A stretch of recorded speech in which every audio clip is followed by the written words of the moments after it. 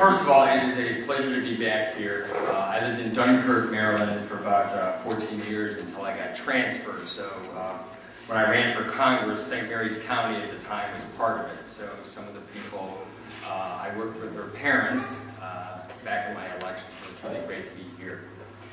Okay, the reason I started giving this talk, when I was 26, I went back to a high school reunion and was told that 3 guys that I was in high school with had committed suicide.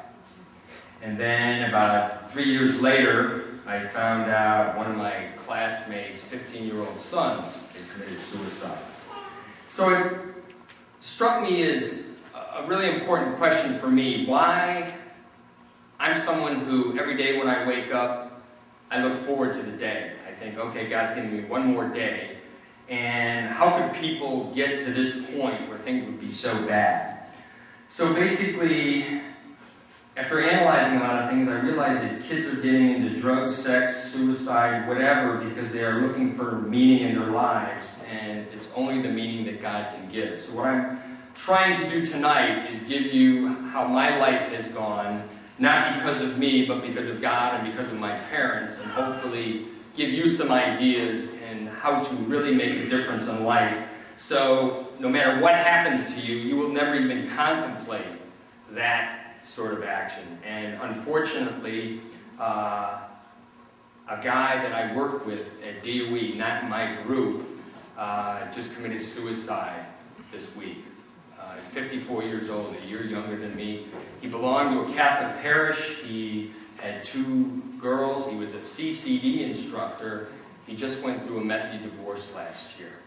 So that, and it's interesting, last week I heard that there are more people in the middle age group committing suicide. So this kind of makes it a little bit more important to me, and I hope I can give you some things that perhaps you can take away and communicate to your kids.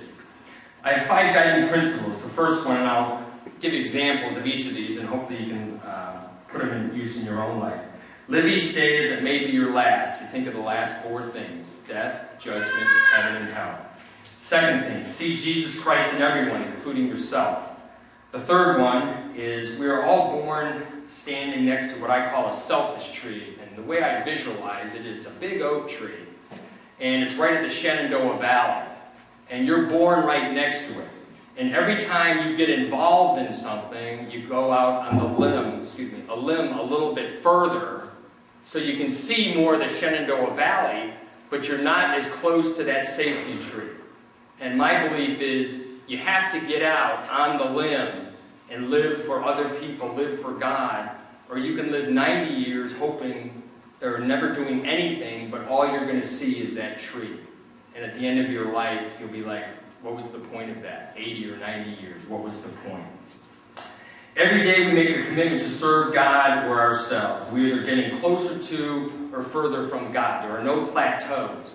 If you turn your back on God, you go further away. If you live for God, you get closer. It's God's body, not ours. I kind of came up with that one in the last few years because when I debate the abortion issue or drugs or whatever, I hear people say, well, it's my body. It's not your body. Just like the parable, God has given you something and He expects a return.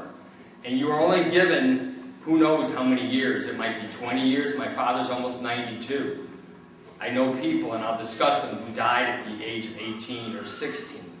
Okay? But if you look at it as it's God's body, I never got into drugs. I never got into pot.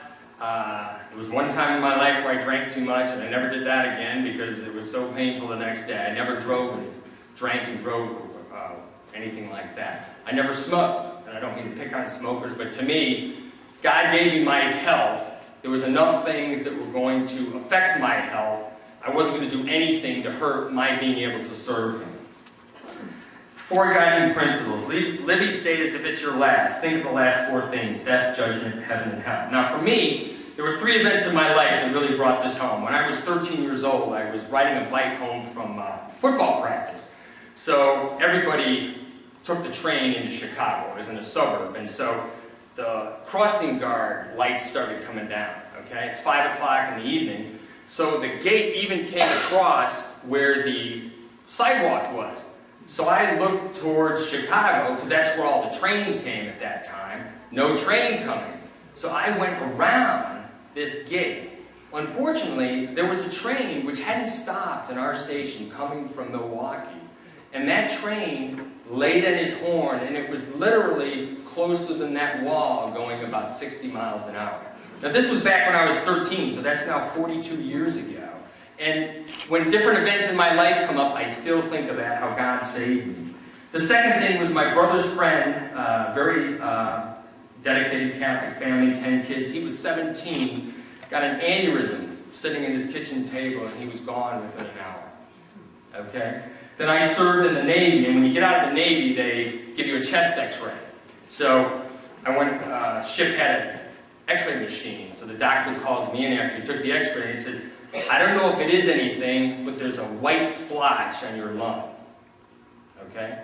So here I am, 26 years old, and a guy in our ship, younger than me, had been taken off a couple months. We were in the Med. He was flown home because he had a cyst this big in his chest. So here I am thinking, for 24 hours, he said, I want you to go over to the hospital and get a better x-ray.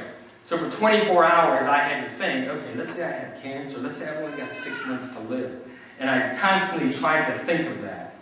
And for those of you who are a little bit older like me, who followed sports, if you remember Jim Valvano with the North Carolina State basketball team, if you ever watch highlights, you'll see Jim running around after they won the championship. Well, he was 44 when he won that championship, and within 6 months, he was dead of a brain tumor. And I never forgot that. You know, they didn't know about it. They found out literally 2 or 3 months later he was dead.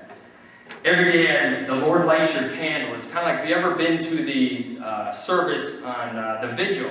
They come in with one candle. And every morning, God lights your candle. So you can either snuff it out, not light other people's candles, and at the end of the day, you just got your candle. And to me, that's a lost day. And I always ask people, what's the best day of your life? Some people will say the day I got married. Some people will say the day my first kid was born. But actually today is. Because yesterday's gone, tomorrow may not come. So look at today. Today is the day that you can make a difference in your kids' lives, in your parents' lives, other people's lives. G.K. Chesterton was once asked, what would you do if the risen Lord was right behind you? And he said, he is. Do we believe that?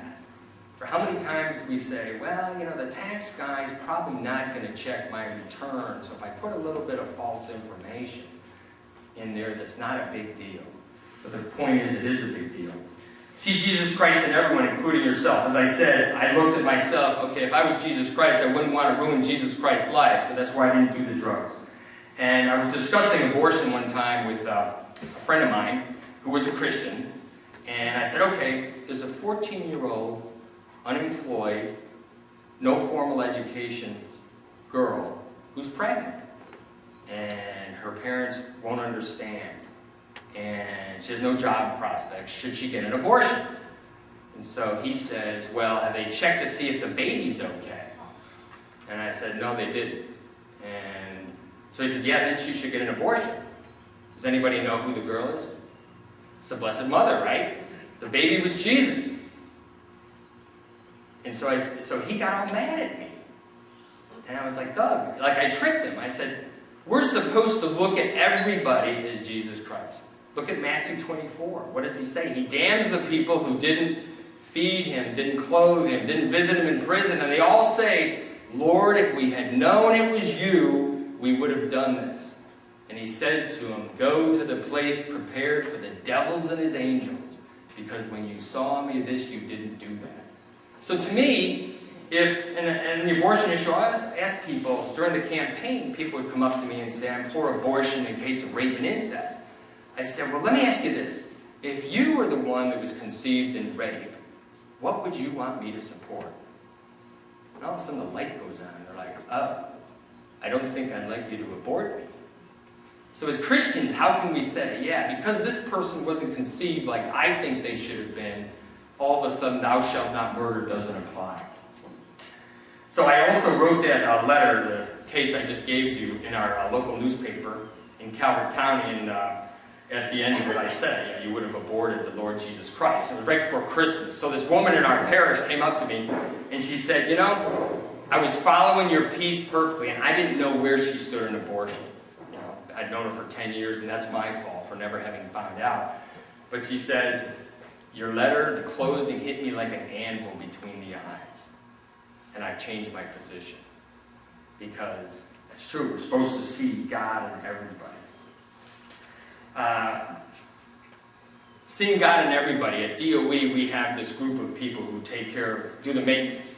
And some of the people are a little bit off, mentally, psychologically, whatever. So we had this one guy who kind of walked around and, you know, kind of talked to himself sometimes. And so nobody really talked to him because you weren't sure if he was a little bit nutty and he'd just bite your head off. So one time he was coming in and he was doing my garbage and I thought, well, maybe it's time I step back from the tree. And I said, John, you doing anything for the holidays? And man, he got the biggest smile on his face. He said, yeah, I'm going to my sister's and we developed a very nice friendship. And after he left, I thought to myself, the only reason I didn't say anything to him was because I was worried that he might chop my head off as opposed to, hey, say hello to him. You know, he's one of those people that, you know, you could go your entire life and never talk to you. But I did that, and now he found there was somebody that cared about him, and we still talk to this day, and that was years ago. Faith without good works is dead. And the final judgment, we already talked about that. Now the selfish truth. You stay close to this trunk by never getting involved in the tough battles, never getting of yourself to try and win souls for Christ. Because that's basically, as important as abortion is, what we're trying to do is win souls for Christ. Okay? Abortion, stopping abortion is a way we do that. But the ultimate goal for Catholics, Christians, is to win souls for Christ. Example, my parents, who my dad is now almost 92 and my mom's 79, they were not into this asking us if we wanted to get involved.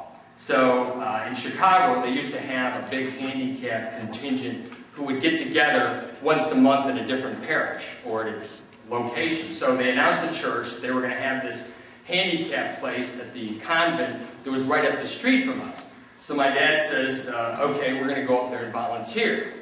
And, you know, my dad never asked us, would you like to do this? If he thought it was a good idea, we were doing it. He didn't really care if you didn't want to do it. So anyway, so we get up there, and I walk in the door. I'm 14 years old. I had never been around a blind person. So I walk in the door, my dad says, yeah, we'd like to help out. And the first thing they do is ask me if I'll take this blind guy to the restroom. You know? And I'm like, sure, sure. And so I'm kind of holding him, and what do you say to a blind guy you've never met before, you know? So he was just one of the happiest people. He says, are you in high school? I said, yeah. He says, do you do any sports? And I said, yeah, actually I run track. Oh, and he was like he was interviewing me. And at the end, after he was the singer for the group, had just a beautiful voice.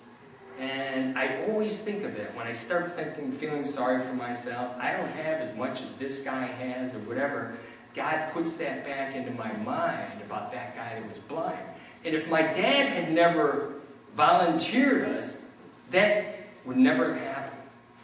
You know, so it's getting involved. That's sowing the seed. So when other people, we used to have cars, you know, 10, 11, 12, 13 years old. As long as it's running, we're using it, you know. And the neighbors, you know, had fancy cars, etc. I never felt like we didn't have enough, you know. Because when you see somebody who's blind, you're like, in fact, my wife once said to me, does it bother you have to wear contacts? I have horrible vision. I can't see the big E at the doctor's office without my contacts. But I said to her, I said, see, I don't look at it like that. I thank God that I was born in a time where they have contact lenses. They have glasses. Can you imagine if I'd been born back in the 1700s where there was none of that? I couldn't have hunted. I couldn't have provided for a family. That's bad. But see, again, it's in your whole attitude. You can always find somebody who's better off, has more, is better looking, stronger, whatever. Or you can say, and you don't look down on people, but hey, I've got my eyesight, it's correctable, etc. And I think that's what, by getting me involved, that's why I encourage you to get your kids involved. They start thinking like that as opposed to, Johnny got a new Mustang, how come we can't get a new Mustang? You know? We had in 8th grade, we were in a Catholic school, it was the 70s, so they brought in this horrible sex education program in the Catholic school. It was 120 kids, and you could opt out. My parents opted out, me, my twin sister, and then one of our friends opted their daughter out. So out of 120 kids, there were 3 of us, I was the only guy, that were opted out of that program. And it wasn't horrible, but you can imagine the amount of kidding, teasing, whatever you want to call, you get in 8th grade when you're pulled out of the sex education class. And there was one guy who was particularly riding me, okay?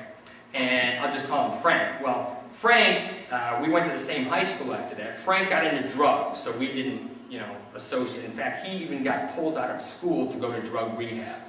I never saw Frank again until we were 32. And my mother actually ran for Congress in Chicago, so at the victory party, she didn't win, just like I didn't win. This guy showed up. And so we just got talking, and I said, "Oh, how are your parents doing?" And he says, "They both died of broken hearts, and I was the main reason." And that's kind of a showstopper, how do you follow up on that? And so we were talking, and he had come back to Christ, okay? He wasn't into drugs, he was married and had a kid. But something was bothering him. So I said, "Jim, is there something you want to talk about?" And he says, "Do you remember back in grade school when your parents pulled you out of that bad sex ed program? And I gave you a hard time?" I'm like, "Yeah, but it's no big deal." He says, "I gave you a hard time, but you know what? I really respected your parents." Wow. 20 years later, he still remembered. A guy who was a screw-up remembered that my parents, out of all those parents, cared enough and didn't care if I didn't like it, if I was embarrassed or whatever. They knew what was right, and they didn't care what other people thought. And that's what I tell people. You will find the people who you don't think they respect you or agree with you, in their hearts, they see that you're right. My father, who's 92 now, he did Meals on Wheels till he was 88. Which is really funny because my wife will not drive with my dad, okay? He only stopped doing it after he got pneumonia and almost died. And my mother called up the Meals on Wheels place and said, "Tell him you don't need him. He can't be doing..." So one day I went with him, and the people he was delivering to literally were 15 years younger than he was. And it didn't matter. He thought that was something he could do. And he and my mother still go out to the abortion clinic a couple of times a month. At 90, he's, almost 92. And it's just a tremendous example to me.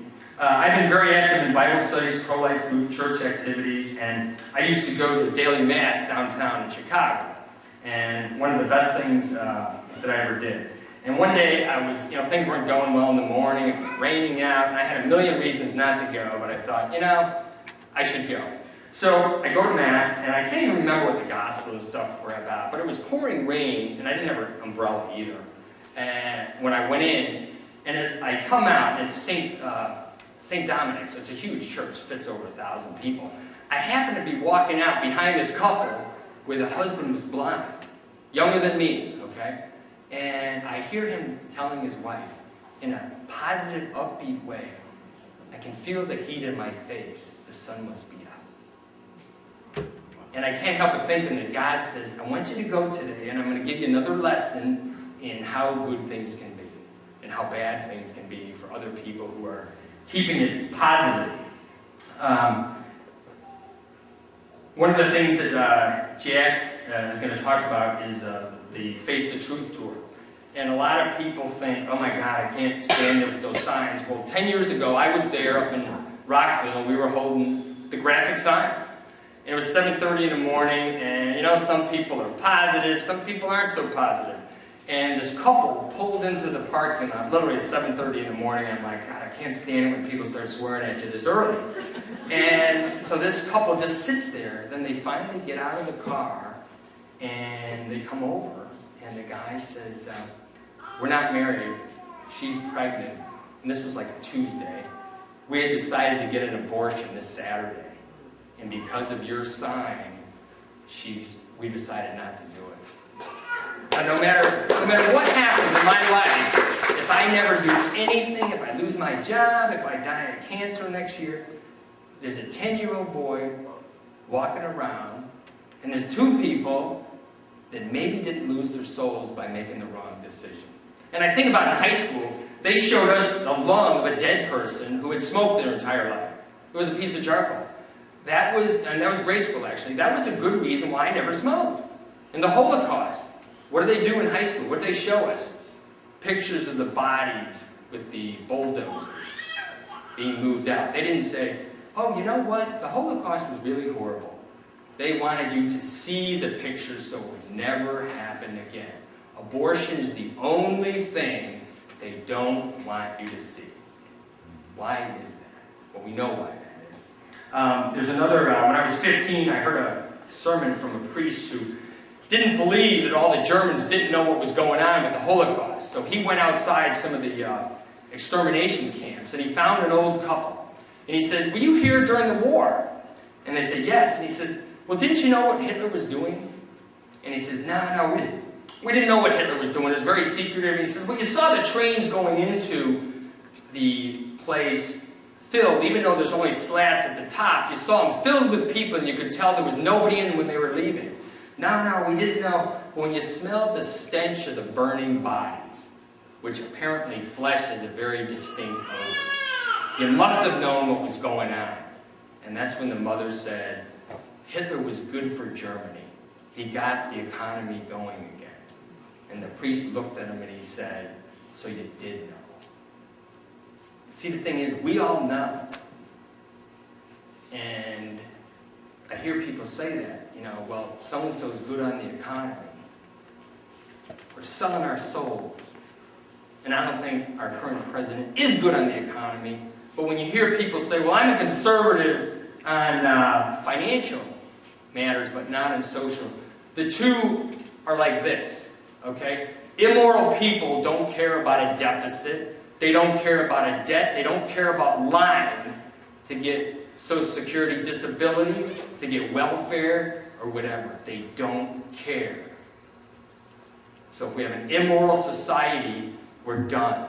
We are done. I will fight to the end of my days, but if we can't convince people, like what's going on in Philadelphia right now, with Gosnell, killing the babies that were born alive, and saying, him telling them that it's legal, and that's why all these people went along.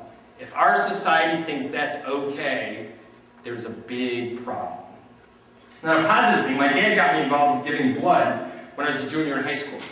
And the questions on the form always hit me. Have you used illegal drugs? Have you done this thing? And that was another reason that I didn't do those things, because I get such a humble enjoyment of being able to work with God to help save lives. And it was a way of thanking God for my help. I lost my sister-in-law's nephew died at 8 of leukemia, and my twin sister's brother-in-law, Vietnam veteran, died at 32 of leukemia. So for me, it's always been a very special thing. And I started giving platelets about 20 years ago, and I've now given 452 times. And I don't tell you that because I want you to think, oh, you're really a great guy, because I'm not. I do that because I think that's what God wants me to do. And I get more out of it than they do. But again, and it's kind of funny, I get free t-shirts. So I have about 40 or 50 of these blood t-shirts. It was so bad, when I went to summer Boy Scout camp with my son, that's all I wore. And so somebody says to me, do you work for the Red Cross? I was like, no, they just give free t-shirts. But anyway, at work, I always wear them when I work out. We have a facility right at the Department of Energy. And I had a platelet t-shirt on. And then this guy comes up to me and he says, do you give platelets? And I said, yeah, I do. And he says, well, John just talked me into it. Well, John was a guy who saw my t-shirt about a year before. And we got talking, and he started giving, and so he taught this guy into it. And see, that's how you can affect other people. You may not be able to change the world, but you can affect people that nobody else can. In fact, I think of life as a big orchestra, and God is the conductor. I like to do a lot of word pictures because I'm not a real bright guy and it helps me see things. And God is the conductor. And all of us have music to play. And The Pope can't play my music. Billy Graham can't play my music. Only I can play my music. And God and the people around me know if I'm playing my music. And that doesn't mean that I'm any better than anybody, but there's certain people that I can affect. There's certain people you can affect. Even if there's only one person, that's one more person that may only see God in you. And that's one person more than a lot of people will show. Well, when Roe v. Wade hit, believe it or not, Roe v. Wade is my mother's birthday. And I was 15 years old when Roe v. Wade, and I still remember we celebrated my mom's birthday, and she was on the phone with Phyllis Schlafly and a couple others, figuring out what they were going to do to fight abortion. Now, most people don't get involved in political stuff on their birthday, but I never forgot that. It was always time. So anyway, I was in the Navy for 4 years, and my wife and I were practicing natural family planning. We thought it worked really well. Then I got out of the Navy, and we found out that we were going to have trouble having children. So we had not told anybody that, and one night I got a call from my mother, and she says, I got a call today, and I want to tell you about it, and if you're not interested, just pretend like I never called. And I said, remember, we had just found out. I said, you're calling about a baby, aren't you? And it turns out, she was like, how did you know that? And I was like, I don't know. But my twin sister, who now has 9 kids, she had 1, and she was working in a pregnancy center in Rhode Island. And my sister had moved to Bethesda by that time, but the pregnancy center director knew that my sister had brothers that adopted. Okay? Now, the birth mom wanted it to go to a family that didn't have any kids. And my older brother had adopted one at that time. So we decided to adopt. And we were picked as a birth mom. And my daughter, Kristen, was born on my wife's birthday. So, and something that I will never be able to repay God, this is my 15-month-old grandchild. And I bring that because every time I hold her, I think, if somebody hadn't gotten to my daughter, or her birth mom, she wouldn't be here, and that little kid wouldn't be here. And if you think of every child like that, then getting involved is not a big deal. Okay? Think about it as your kid or some. See, my mom had 6 kids. She never thought her kids would be needing to adopt or anything like that. But she got involved because that was what the Lord wanted her to do. My mom, all of us went to Catholic schools, and in 1985, just one of my sisters was still in high school. My mom started an abstinence education program for the public schools, okay? I gotta admit, at the beginning, I thought, hey, this isn't your fight. Why are you bothering, wasting your time, doing this? But she built it into quite a program, and it went nationwide. And in fact, she appeared on Nightline, Oprah Winfrey, Focus on the Family. And she's 79 years old now, and retired, quote unquote, that's what my dad says, in Naples, Florida. She got the program into the public schools there last year, okay? They cut the budget this year. So they told her, we love the books, but they cut the budget. If you can get the money, we'll put the program back in. And the testimonials from the kids are just unbelievable. I mean, it will have you in tears. And my parents are not rich. They live in a 2-bedroom condominium, and they put 6 kids through private schools. So my dad, they don't have a lot of money. They use their own personal money to buy the books so they could use it in May, and it was about $10,000, and hoping that they could beg, and they're down to about $1,500. But that's how much they believed in the cause. Again, not her fight, but actually it was her fight, just like it's all of our fights. As Christians, it's all of our fights. My parents used to, one of the best things they ever did, they would drag us to speeches, just like this, Hopefully you feel that way afterwards. But we used to go to these speeches, and there'd be 300 or 400 people there, and we'd be the only kids there. And I'm kind of like, man, this is... And a lot of these talks went, right over, and I still remember I was 12, and this woman says to my mom, she says, Kathleen, how do you get all your kids to come to these? And my mom's like, oh, they really enjoy it. And I'm thinking, no, they don't. I don't enjoy going to those, but it was one of those things, and believe it or not, I got something out of every one of those speeches, things that I still use today. But the major thing was, it made a tremendous impression how important the faith in being active was. It wasn't something that you volunteered, that you liked doing. It was a moral obligation, which became our passions in a beautiful experience. Okay? All of my siblings still practice the faith. The majority of the grandchildren, there's 34 now, 10 of them came, or 10 are adopted. Several of them came through working the fields, either one of my siblings or whatever. Okay, we had my daughter, Kristen, I skipped over this, and we took the classes from Catholic Charities for overseas adoption, because if you've ever tried to adopt, there's not a lot of kids here. They're either being aborted, 22 years ago, there weren't so many people keeping the kids, but there just weren't that many kids. Most of them were being aborted. So my mother called again, and she says, I had another one of those calls today. I'm like, another baby? And my daughter, who was 5 at the time, said, am I ever going to have a little brother? And so we were kind of like, we don't know.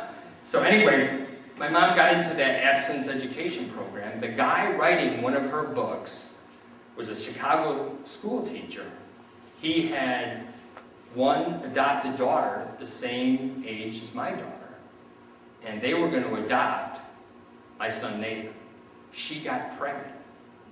So the birth mom said, do you know of a good Catholic family that has an adopted child that would be interested in adopting my child? And they put us in touch with the birth mom, and so we got Nathan. Now, this is something, had my mom not gotten involved in that, we wouldn't have Nathan. If my sister hadn't gotten involved, we never would have gotten Kristen. So, being in the field, I mean, I've gotten, the harvest, as the Lord says, that repay you 100-fold in the next life. That's why we do it. But the joy that He has brought, he graduated in 3 years with a software engineering degree, and he's working for Intel in Southern California, or Northern California, and very strong faith, and has just been, just a wonderful joy like his sister has. And again, I constantly think, and his birth mom lives in San Francisco with her husband and 3, and so they're now, we've had an open adoption with him, and it's a beautiful, they're very close.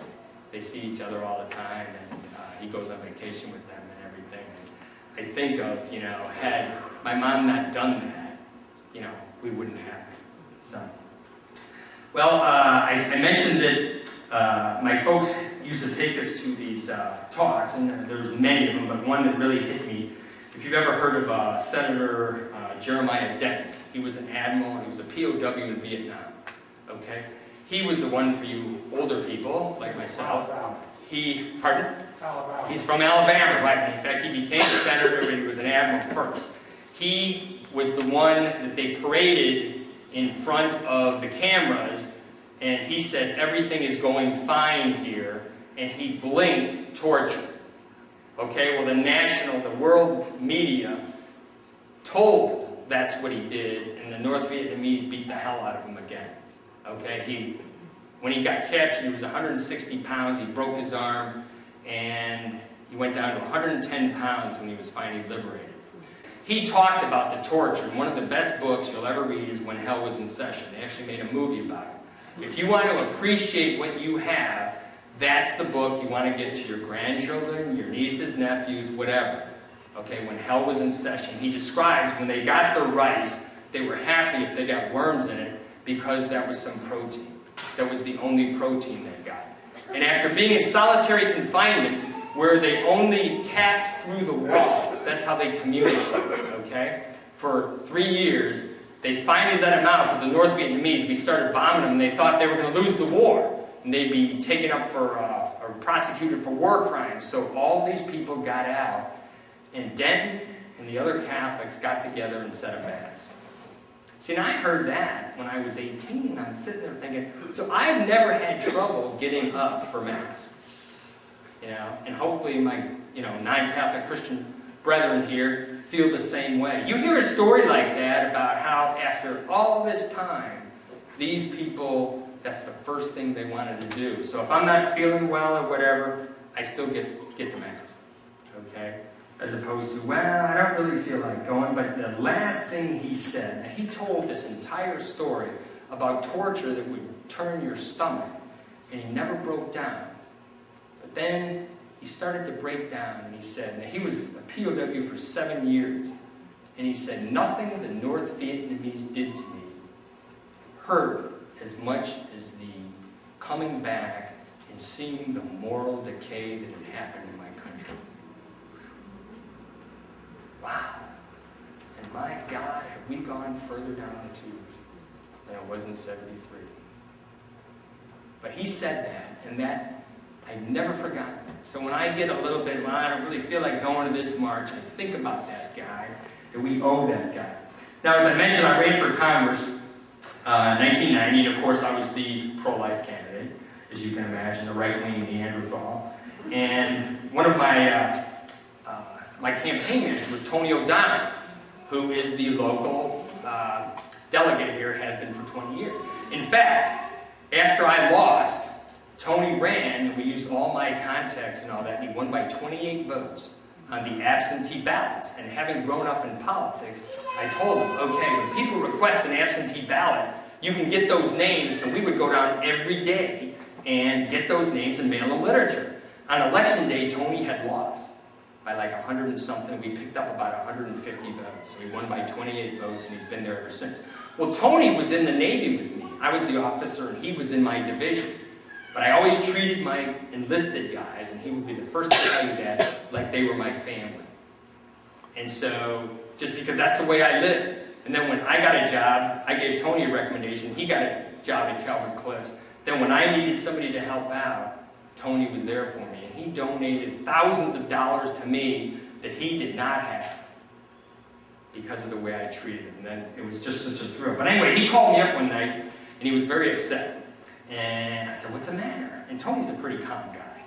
He says, well, my wife's got this daycare center, and somebody came over to get her kid. And the paper the day before said, Sullivan wouldn't allow rape or abortion even in the case of rape. So this woman gets out of her car, and from her car, with all these kids playing around in the front yard, says, Tony, you mean your politician wouldn't let me get an abortion if I got raped? And so Tony says, Bear, I know you're right, but explain it to me one more time. And it's basically, a human being's a human being. None of us had anything to do with how we were conceived. If it's a human being, we got to protect it. So 2 days later, he calls me back, and he says, you're not going to believe this. I was like, what? He says, well, that woman came back the next day, and I told her your stand. She left, came back the next day, and she said, I want a bumper sticker. I'd like to work for your candidate. Now, it's, that's not why I took the stand, but she was like floored. It's like nobody had ever said to her, what if you were that unborn child?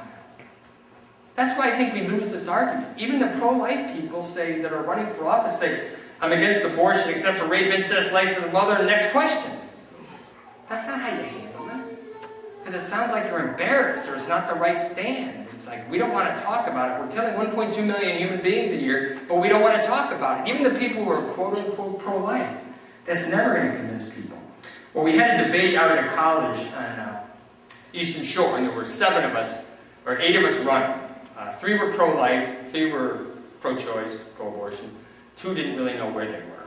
Okay? So the last question of the evening, packed auditorium, 400 people there, is a Republican primary. And the last question is, will each of you support all the other candidates if you're not the nominee? Well, if you've ever been in politics, you got to say, I'll support Godzilla if he's a Republican, and the same thing on the Democratic side. It doesn't matter what you stand for, you got to say, I'll support a Republican. So the first 3 guys answered, oh, yeah. So I was the 4th guy. And I said, well, I've got a 3-year-old adopted daughter, and I don't think I could look her in the eye telling her I supported a pro-abortion candidate just because he's a Republican. Because the Democrat even with all his faults, he was pro-life. Okay? So then the next 3 people answered, yeah, we support him, we support him. And the guy running was a big-time Republican, so he realized that was like their Waterloo. So he's like, okay, folks, hope to see you over at the reception. So anyway, my campaign, Tony comes up and he goes, he's got this sad look on his face. He's like, I was so sorry to hear that question. That was the right answer. So anyway, so we go over to the reception, and it was like an E.F. Hutton commercial. I walk in the door, and all these people look like, oh my God, there's a guy with 3 noses, you know? So I said to my campaign manager, I said, well, we better, take the bull by the horns. So we get something to drink. So I go up to these 3 co-eds, and they're like this. And I said, so how'd you like the debate? And they go, fine. And it reminded me of high school when I would ask a girl to dance. It's like the one-word answer. This is like deja vu. So anyway, so I said, I guess she didn't like my stand on abortion, right? And so this one girl, very attractive, says, well, I don't think if somebody's, conceived and raped, that, the mother should have to carry the child. And I said, okay, do you know how you got here? And she thought I meant, do you know what sex is? So she starts giggling. So I said, let me rephrase that. Do you know who your parents are? And she says, yeah, I know who my parents are. I said, well, actually, you don't. Your aunt could have had you, and she was too young or whatever. Now, chances are that's not what happened. But I said, I've got an adopted daughter. We don't know how she was conceived. Why should she have any less rights than you? And so anyway, so I moved on to some other people. And one of my other camp people comes up and he says, you're not going to believe this. I said, what? He says, well, I kept talking to that girl for a while. And it turns out she's from a broken home. She was sleeping around. And she couldn't afford to interrupt her college career.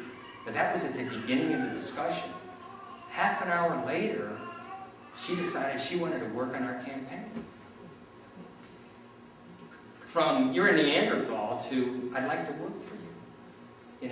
And then 5 of these college Republicans who I had met at the superintendent's house the night, the dinner before the debate, I didn't know where they stood. I didn't talk to them.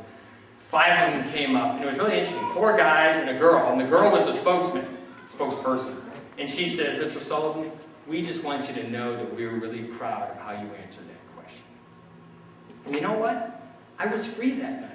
It didn't matter whether I won that election, which I didn't.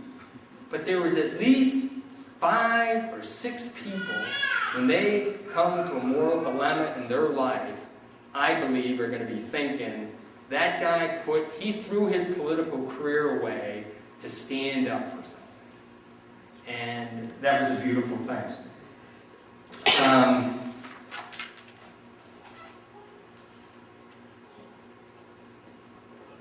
When I was campaigning on the Eastern Shore, this woman came up after one of our Lincoln Day dinners, and we each had, since there's 8 candidates, she only had 3 minutes to speak. So I said, I always mention I was pro-life, so this woman comes up to me and she says, well, I don't think I could vote for somebody who wasn't pro-choice. I was like, oh, okay. Well, I don't think half my friends could vote for somebody who wasn't pro-choice. So I figured I'm not getting her vote, right? So I said, well, you know what? There's 8 people running. If I get the other half, I'm going to win. Which made her really mad. And so I figured, I might as well have a little fun. I said, are you a Christian? Now, I'm 32 at the time, and this woman was probably 60, 65. I said, are you a Christian? And she goes, why, yes. Like insulting. I said, you know that part in the Bible where it says Mary went to visit Elizabeth? It doesn't say the fetal tissue stirred. It says the baby stirred. And she said, well, I don't believe everything in the Bible. So I said, ma'am, I don't think you and I are going to be in the same team. Now, I've debated the Bible, different interpretations, with many of my non-Catholic friends. We've never disagreed on that. But again, you can see, if you want to convince yourself of something, even the most basic things 20, 30 years ago, they're up for debate. I took part in Operation Rescue, and one of my conservative pro-life friends, who actually worked for Congressman Bob Dornan, thought, I got arrested once, and I was telling him about it, and he said, well, I think it's wrong that you didn't get up once you were arrested and walk to the paddy wagon, as opposed to making the cops have to pick you up and everything. And I said, well, it took longer. If they've got to pick each of us up, then if we all just got up, then the abortion clinic opens up and they start killing babies. And he says, well, I just don't think. And I said, well, let me ask you this. If your wife was going to be the next one through the door, with your second child, would you have wanted me to get up and make it easy for him to open the door? And all of a sudden the light went on in his. Yeah, I guess I see your point. Because it took them several hours for them to get all of us away from the front door. So they were basically closed that day. But see, again, it was one of those, yeah, if I'm personally involved, then I take the action. If I'm not personally involved, I take a different action. And the one thing I would tell you, I gotta think at the final judgment, that's not going to be a real good defense of your actions. You know? I mean, we're supposed to see Jesus, and that's real simple. You don't have to be a biblical scholar to get that one. You know? Treat everyone like you want to be treated. Outside the clinic, you know, God has a way of teaching us things when we do go out on the limb, I just thought. I met this woman, and she said she's been on both sides of the abortion issue. So I said, what do you mean? And she said, well, I was in an abusive marriage. I had 3 kids. My husband was an alcoholic. I got pregnant. And he used to beat me, and there was no way I was bringing another child into the world. I said, oh, I'm sorry to hear that. What's the other side? Well, my son got a girl pregnant, and I'm raising that kid now. I said, oh, I bet your son's glad you're doing that. He doesn't care about that kid. He never sees that kid. So I said, I bet your grandson's glad you're doing that. But again, it was like she had this hatred inside, and somehow having other people kill their babies was going to make that hatred go away. You know, and that's so sad. That's what we have to. And this is one that I tell is the most important to young people. There was a beautiful young couple there, okay, about 26 years old, and on our side. And as one of the women was going in, she got a tear in her eye. And I said, what, are you crying because of, you know, she's going to kill her baby? And she said, yes. But more importantly, I was that woman 7 years ago. I wasn't a Christian. I wasn't married. I killed my baby, and I cannot get pregnant. Now, I don't know if any of you have ever gone through it, but not being able to conceive is very difficult if you haven't done anything to cause it. And we know God forgives us for no matter what we do, but she still has to live with that every day. And that's what I tell kids, you know. It's not something that's going to be gone, and the results and the complications, you know, don't put yourself in that situation, you know. And we were outside the Hillcrest Clinic, which is closed now, but it was all black people being aborted. And they were blocking us, and so this one black gal was right in front of me, and she said, well, I heard Operation Rescue is very racist. And I said, why do you think that? And she says, all the people in charge are white. I said, well, last week I went to jail with a guy, and I sat next to him, he was black. And I said, also, if you're in charge of this organization, that just means you've been arrested than most of the people. Okay, it's not a real high-paying job. And I said to her, if we're racist, why would we be here at a clinic aborting black babies and trying to stop you from doing it? And all of a sudden, like, the light kind of went on in her. But then it made me realize the lies that people believe and how we just have to fight that kind of thing. One of the greatest things you can do, and I'm sure many of you have done, is go to the March for Life. We've been literally doing that since the kids were in strollers. Okay? And I took my son one time to see Tony Melendez. I don't know if you know who he is. He's the guy that his mother took thalidomide. He was born without arms. But he plays the guitar with his feet. And he plays the guitar as good as any guitar player you'll ever hear. He played at World Youth Day for John Paul II. And John Paul II said, I must touch him. Okay? Very happy individual. My son was about 8 years old. So I said to him, I said, remember him whenever you have a tough time, you're going through something tough, what he's done with his life, and how beautifully he plays. He could have felt sorry for himself and said, I've got no arms, what can I do? But he found his niche, and he sort of just on fire for life and God, you know. And my son, having seen that, he said to me, how does he even put on his shirt? You know, much less play music. And if you ever, you know, try doing something with only one arm sometime, you know. I used to tell the kids, you ought to put on a blindfold when you're feeling, you know, upset, depressed, or whatever, and walk around the house blindfolded and think how it would be to be blind. Then all of a sudden you're appreciating. But just going on the march, and one year we ended up walking next to this blind person, and from Nebraska, she drove on a bus for 20 hours. And I said, I really admire you coming here. And this was literally 20 years ago. And I'll never forget, she said, the reason I'm here is because pretty soon they'll be able to detect blindness in an unborn child, and somebody like me will never be born. And wow, are we there now or what? But that's someone, so if somebody blind can be there. I think also this has been a tremendous, getting involved in this movement gives your kids the courage to choose chastity, not to fool around. And I'm not saying everybody that is in the pro-life movement is a saint or anything like this, but you meet good people, you meet and you see the complications that occur when you make bad choices. And you can't just tell your kids about this. Talking to people who have had abortions, that's the kind of thing that really makes.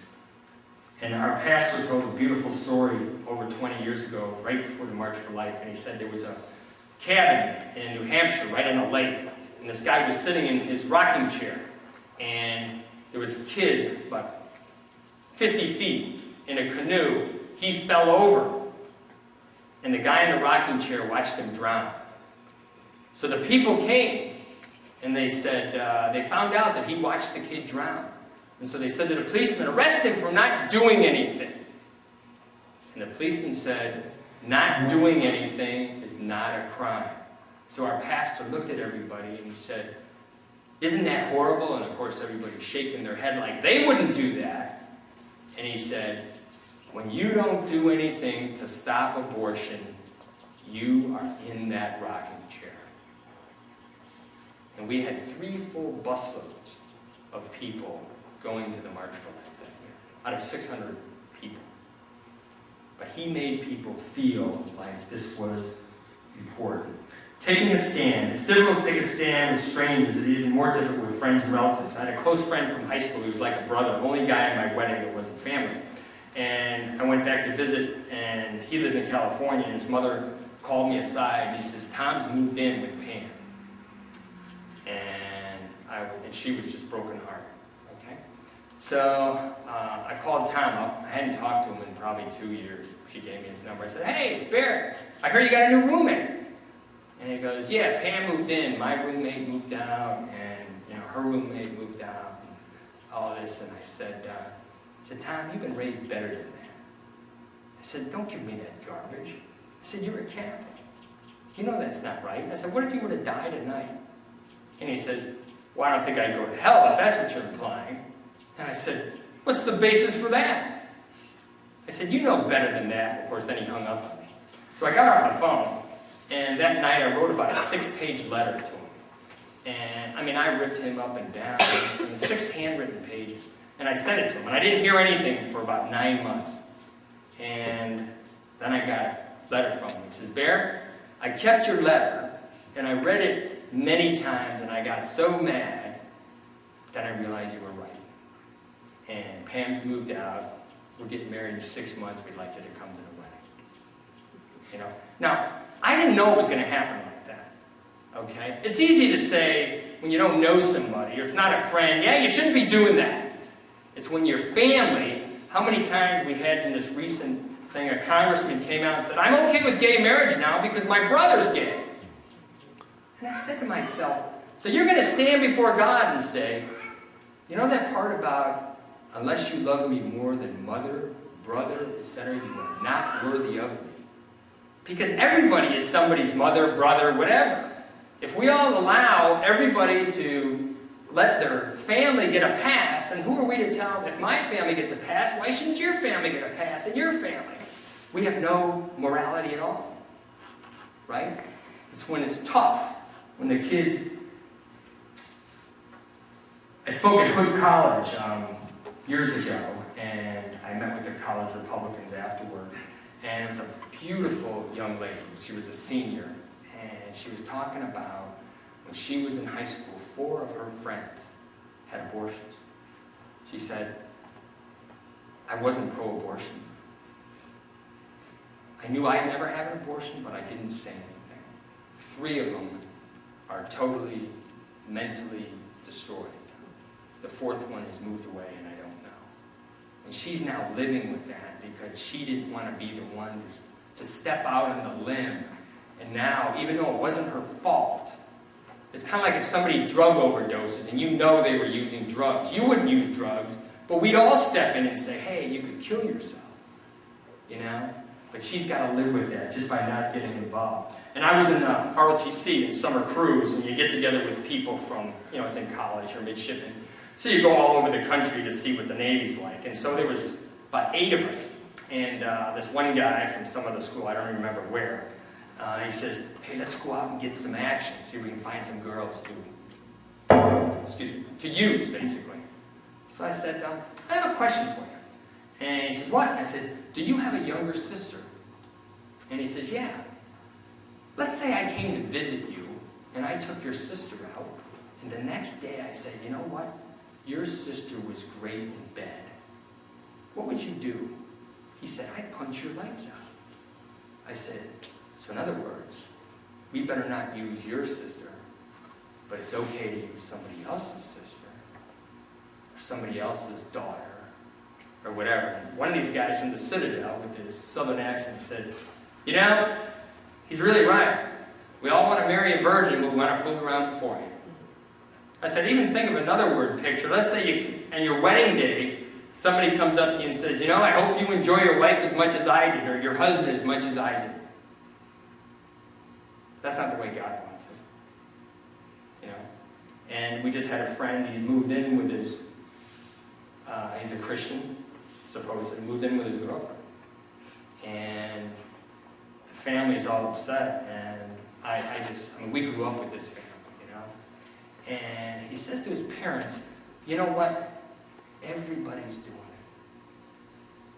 it. And I said, I'm not a biblical scholar, but I've read a lot of it. I can't quote you where the passage is, but I don't think it ever says anything about the majority.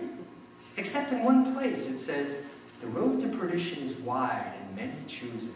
The road to everlasting life is narrow. Enter through the narrow gate.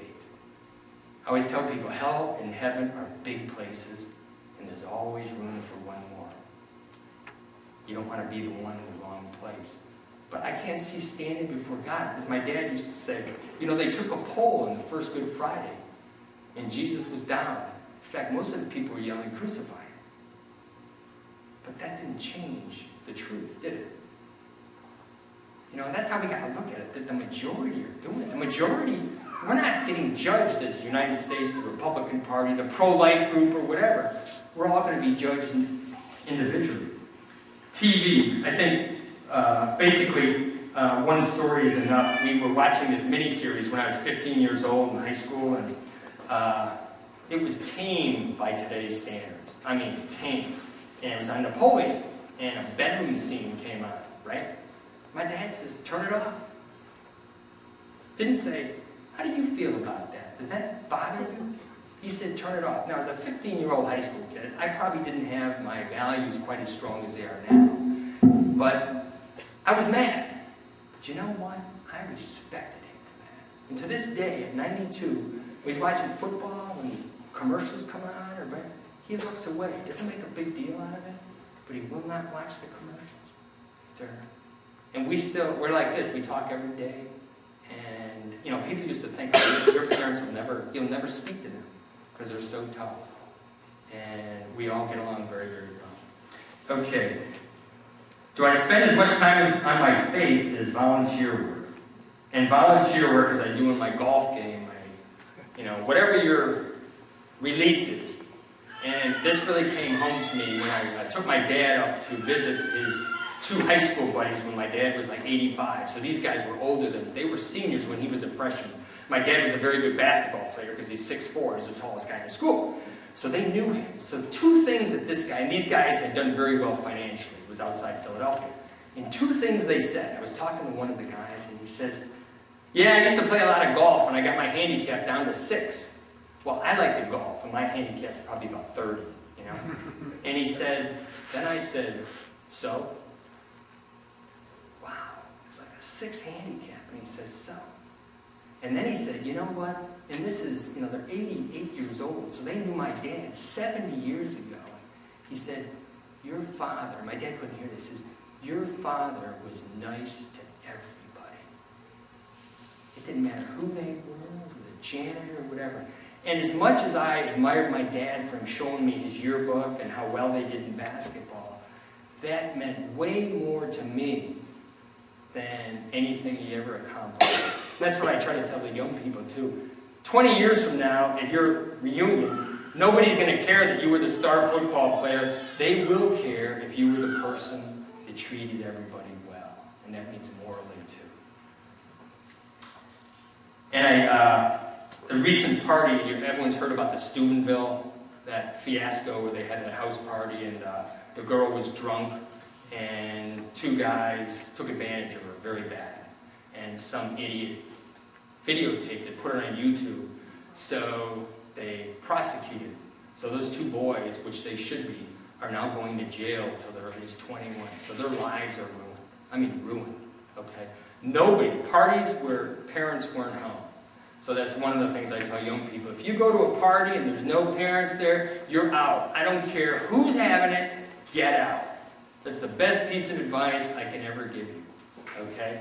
And this guy, and nobody at the parties did anything. And this girl was drunk. She couldn't stand up, okay? Nobody said this is the wrong thing to do.